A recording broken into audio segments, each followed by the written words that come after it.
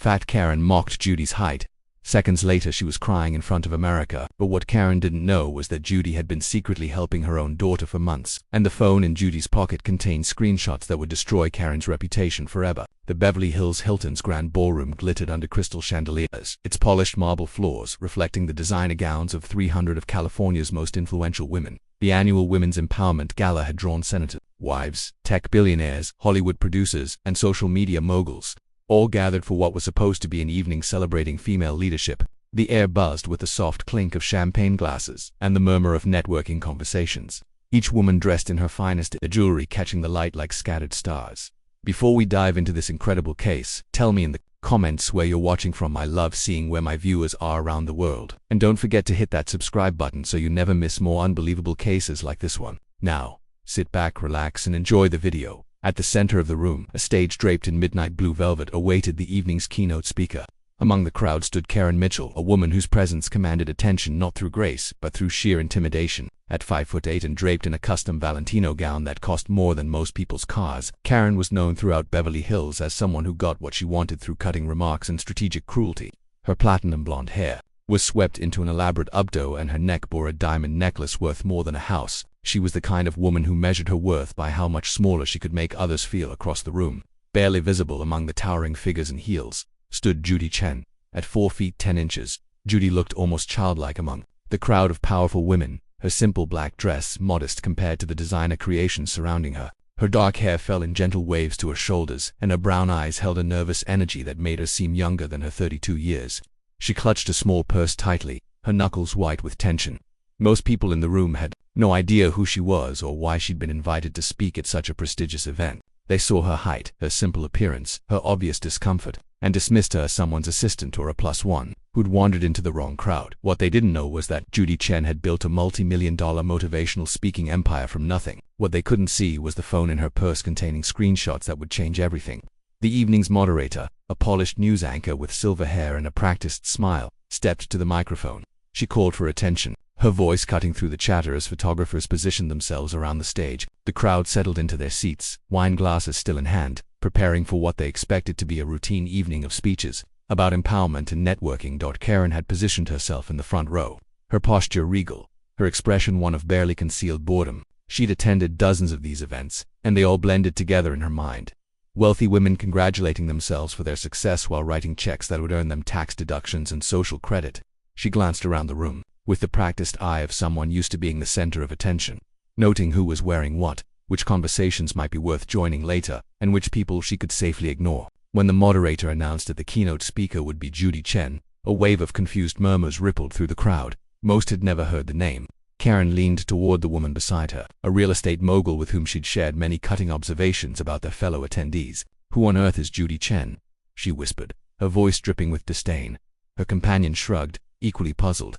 They watched as Judy made her way toward the stage, her small frame moving carefully between the round tables, her eyes focused straight ahead. Karen's lips curved into a smile that held no warmth. She sensed an opportunity, a moment to demonstrate her social dominance in front of the crowd. As Judy approached the front of the room, Karen rose from her seat with the fluid grace of someone accustomed to being watched. Her voice carried clearly across the ballroom, designed to be heard by everyone present. "How adorable," she said, her tone mockingly sweet. "They brought a child to speak to the adults." The words hit the room like a physical blow. Conversations stopped mid. Champagne glasses paused halfway to lips. The photographers, sensing drama, began clicking their cameras rapidly. Judy froze in place, her hand gripping the edge of a nearby table. For a moment, she looked exactly like what Karen had called her, a small, vulnerable child overwhelmed by the cruelty of adults. The room held its breath, waiting to see if she would cry, flee, or simply collapse under the weight of such public humiliation. Karen stood triumphant, her chin raised, basking in the attention she'd commanded. She'd done this countless times before. I identified the weakest person in the room and made an example of them to establish her own dominance. But what Karen didn't know was that Judy had been expecting this. What the crowd couldn't see was the small recording device clipped inside Judy's purse, already capturing everything. What nobody suspected was that for the past 6 months, Judy had been secretly mentoring Karen's own 15-year-old daughter, Emma, helping her cope with the devastating effects of having a mother who bullied everyone around her, including her own family. The screenshots on Judy's phone weren't just evidence of Karen's online cruelty. They were messages from Emma, desperate pleas for help, dealing with a mother whose treatment had driven the teenager to the edge of despair. Judy slowly straightened, her dark eyes meeting Karen's blue ones across the silent ballroom. When she spoke, her voice was quiet but clear, carrying to every corner of the room without the need for a microphone. "You're absolutely right, Karen," she said, her words measured and calm. "I am small. Small enough to fit through doors that your ego can't." The room erupted in gasps and nervous laughter. Karen's confident expression faltered for just a moment before hardening into something more dangerous. She'd been challenged in public, and her reputation depended on crushing this upstart completely. Before we see how Judy's next words brought Karen to her knees and revealed the shocking truth that would make this the most watched video of the year, make sure you're subscribed and hit that notification bell. What happens next will restore your faith in standing up to bullies, but it will also show you how the person you least expect might be hiding the most pain. Drop a comment if you've ever been underestimated because of how you look, because what Judy reveals about Karen's secret will change everything you think you know about bullies. The tension in that ballroom wasn't born in a single moment. It was the collision of two worlds. Two women whose lives had been shaped by pain in completely different ways. Karen Mitchell hadn't always been the cruel socialite who terrorized Beverly Hills charity events. 20 years earlier, she'd been Karen Williams, a overweight scholarship student at UCLA, enduring daily humiliation from the same type of wealthy women she now surrounded herself with. The transformation from victim to victimizer had been slow and deliberate. Each designer purchase and social climb building armor around wounds that never truly healed. Her marriage to tech mogul Richard Mitchell had been her escape route from a childhood of poverty and ridicule. But even $30 million in a mansion in the hills couldn't erase the memory of being called Fat Karen in college dining halls, or the way wealthy classmates would invite her to parties just to laugh at her attempts to fit in. The divorce papers served 6 months earlier had shattered the illusion of security she'd built. Richard had left her for his 25-year-old assistant. And suddenly Karen found herself fighting to maintain relevance in a world that measured worth by marriage status and social connections. What made Karen's cruelty especially devastating was how calculated it had become. She'd studied the women who'd once tormented her, learned their techniques, and perfected them. She knew exactly where to strike to cause maximum damage, because she remembered every wound that had ever been inflicted on her. The irony was lost on her that she'd become everything she'd once feared, wielding the same weapons that had nearly destroyed her spirit decades earlier. Judy Chen's story couldn't have been more different. Born to immigrant parents who ran a small grocery store in Oakland, she'd grown up understanding that success had to be earned through resilience and kindness, not cruelty and connections. Her height had made her a target from elementary school through college. But instead of hardening her heart, each cruel comment had strengthened her resolve to prove that size had nothing to do with strength. While Karen had built walls, Judy had built bridges, using her own pain to connect with others who felt small and overlooked. The motivational speaking empire that had brought Judy to this stage hadn't happened overnight. She'd started by counseling teenagers online, sharing her own experiences with bullying and teaching them that their worth wasn't determined by how others saw them. Her YouTube channel had grown from dozens of subscribers to millions, her message resonating with anyone who'd ever felt different or dismissed. Corporate executives flew her around the world to speak about leadership and resilience, but her true passion remained working with young people who needed to hear that being different was actually a superpower. What the wealthy crowd in that ballroom didn't realize was that Judy's presence wasn't accidental. The event organizers had specifically chosen her because too many of their own daughters were struggling with self-esteem issues, bullied by peers and sometimes by their own mothers who'd inherited Karen's playbook of social cruelty. The invitation to speak had come with a personal request from the board, asking her to address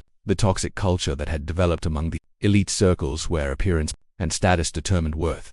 The stakes in the moment went far beyond one woman's wounded pride or another's hurt feelings. In the audience sat dozens of mothers whose children were watching this live stream, teenagers who would either see that bullies could be defeated with grace, or that cruelty always won in the end. The cameras capturing every word weren't just recording a confrontation. They were documenting a moment that would either perpetuate a cycle of harm or finally break it. The silence that followed Judy's comeback lasted exactly 3 heartbeats before Karen's face flushed crimson. She wasn't used to being challenged, especially not by someone she considered beneath her notice. The nervous laughter from the crowd only fueled her rage, and she took a step forward, her diamond heels clicking against the marble floor like a countdown to destruction. Her voice, when it came, was ice-cold and designed to cut deep. "How charming," she said, her words carrying across the ballroom with practiced cruelty. "The little girl thinks she's clever. Tell me, sweetheart, did they have to get you a booster seat to reach the microphone?" The crowd's uncomfortable shuffling filled the space between them. Some women looked away, remembering their own moments of being targeted. Others leaned forward, hungry for the drama that would fuel their gossip for months. The photographers continued clicking, their cameras capturing every micro-expression, every flash of pain that crossed Judy's face. Social media notifications were already pinging across phones as the livestream viewers began sharing clips with captions like "brutal takedown at Beverly Hills Gala" and Rich woman destroys speaker. But Judy didn't crumble. Instead, she did something unexpected. She smiled. And it wasn't the practiced, brittle smile that Karen wore like armor. It was gentle, almost sad, as if she was looking at a wounded animal rather than her attacker. When she spoke, her voice carried no anger, no defensive edge that would have justified Karen's escalation. "I can see you're in a lot of pain, Karen," she said quietly. Hurt people hurt people. I know because I've been where you are."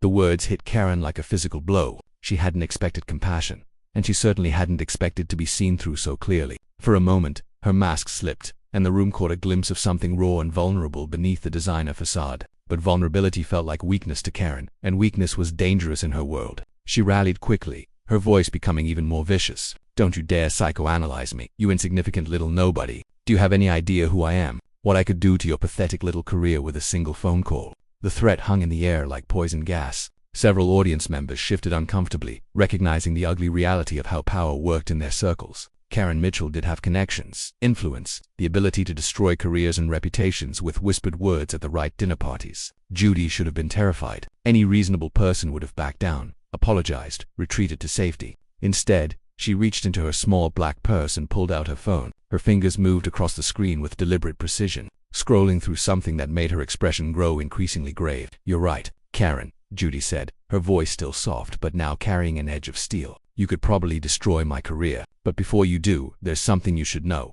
Something about your daughter Emma." The name hit the ballroom like a thunderclap. Karen's face went white, all the color draining from her cheeks as she realized that somehow, impossibly, this tiny woman knew about the most private, painful part of her life. Her daughter Emma, 15 years old and struggling with depression, anxiety, and suicidal thoughts that kept Karen awake at night in her empty mansion.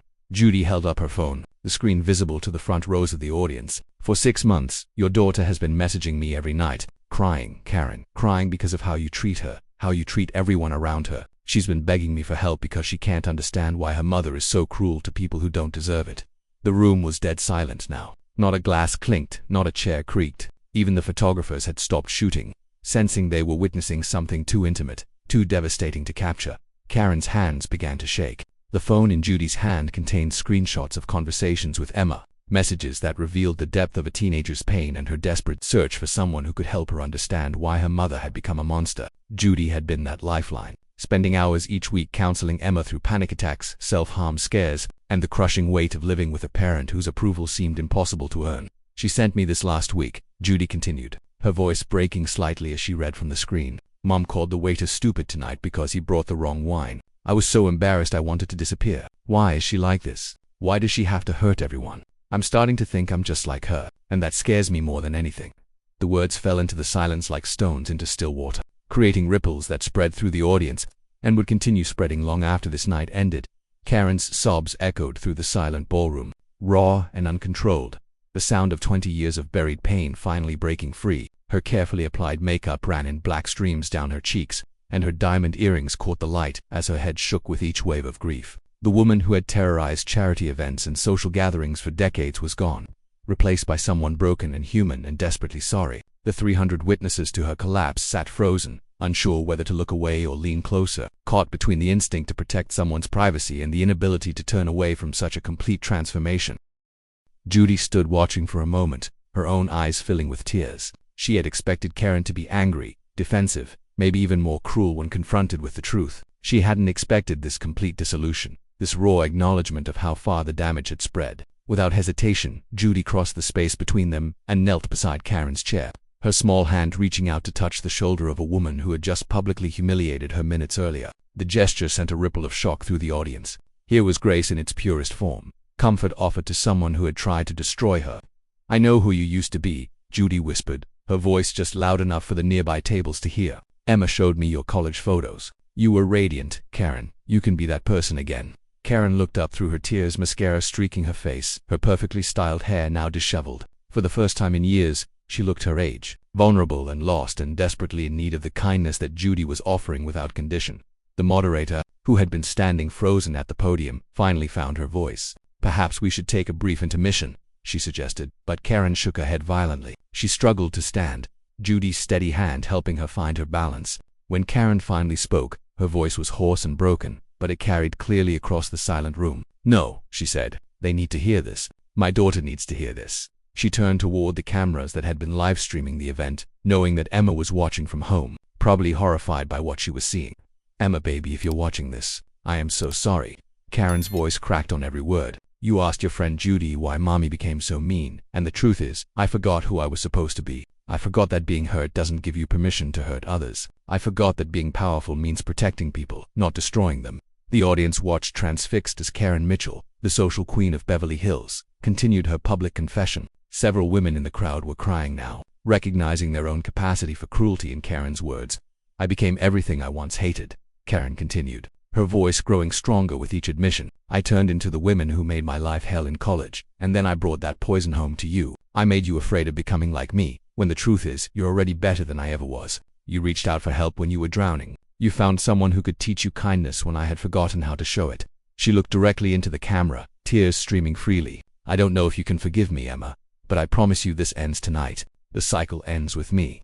The ballroom erupted in spontaneous applause, not the polite clapping of a charity gala, but the genuine appreciation of people who had witnessed true courage. Karen had done something that most of them had never seen before. She had chosen vulnerability over power, truth over reputation, healing over revenge. Judy stood beside her, still offering silent support, proving that sometimes the smallest person in the room could be the strongest. The silence that followed Karen's public apology was different from the stunned quiet that had gripped the room during the confrontation. This was the reverent hush of 300 people who had witnessed something sacred, the moment when a human being chose to face their worst self and commit to change. The livestream chat had exploded with comments, thousands of viewers sharing their own stories of family dysfunction, workplace bullying, and the courage it took to break cycles of harm. The hashtag Karen's Redemption began trending alongside Judy, turning what had started as a social media spectacle into something deeper and more meaningful. In the days that followed, the video would be shared millions of times, but not for the reasons anyone expected. Instead of celebrating Karen's public humiliation, viewers were moved by her vulnerability and Judy's grace.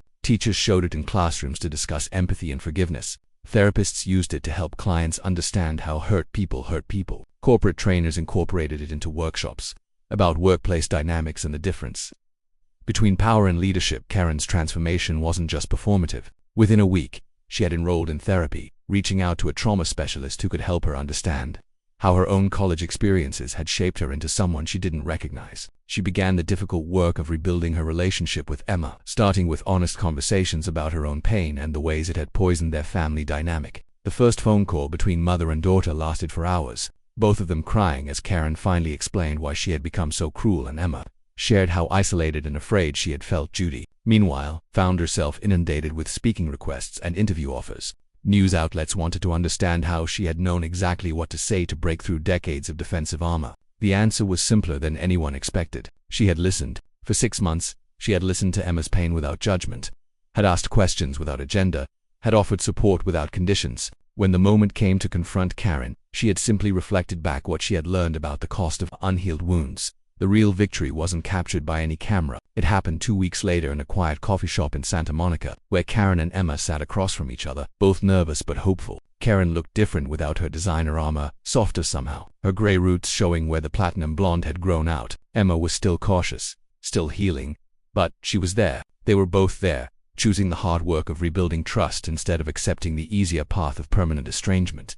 If this story of redemption and grace is giving you hope, smash that like button and share this with someone who needs to see that it's never too late to change. The ending will show you exactly how this moment of courage created a ripple effect that's still changing lives today. Keep watching to see how one woman's breakdown became thousands of people's breakthrough.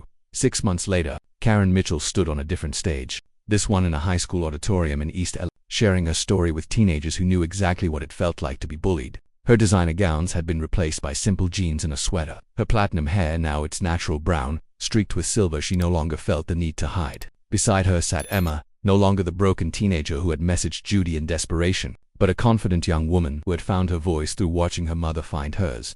The video of that night at the Beverly Hills Hilton had been viewed over 50 million times, but its impact couldn't be measured in numbers alone. School districts across the country reported decreased bullying incidents after showing the footage in assemblies. Corporate HR departments used it in training sessions about workplace dynamics. Marriage counselors shared it with couples struggling to break cycles of emotional abuse. The moment when Judy chose compassion over revenge, and Karen chose vulnerability over pride, had become a masterclass in human transformation. Judy's speaking career had exploded beyond anything she could have imagined. But she remained focused on the work that mattered most to her, helping people understand that their worst moments didn't have to define them. Karen had become an unlikely ally in this mission, using her own story of redemption to reach people who might not listen to traditional motivational speakers. That the real legacy wasn't in the headlines or hashtags. It was in the thousands of messages from viewers who had found the courage to apologize to people they had hurt, to seek help for their own pain, or to stand up to bullies with grace instead of revenge. Emma had started her own anti-bullying initiative at her school, teaching her peers that understanding hurt people was the first step to stopping the cycle of harm. This incredible story proves that our lowest moments can become our greatest teachers. If Karen's courage and Judy's grace inspired you, hit subscribe and ring that notification bell for more stories of human transformation. Drop a comment sharing a time when someone's kindness changed your perspective, or when you found the strength to break a cycle of hurt in your own life. Remember, you never know when your choice to respond with compassion instead of cruelty might change not just your life, but someone else's entire world. The power to heal isn't reserved for the perfect among us. It belongs to anyone brave enough to choose love over fear, truth over comfort, and growth over staying stuck. See you in the next video, where we'll explore another incredible moment when ordinary people did extraordinary things.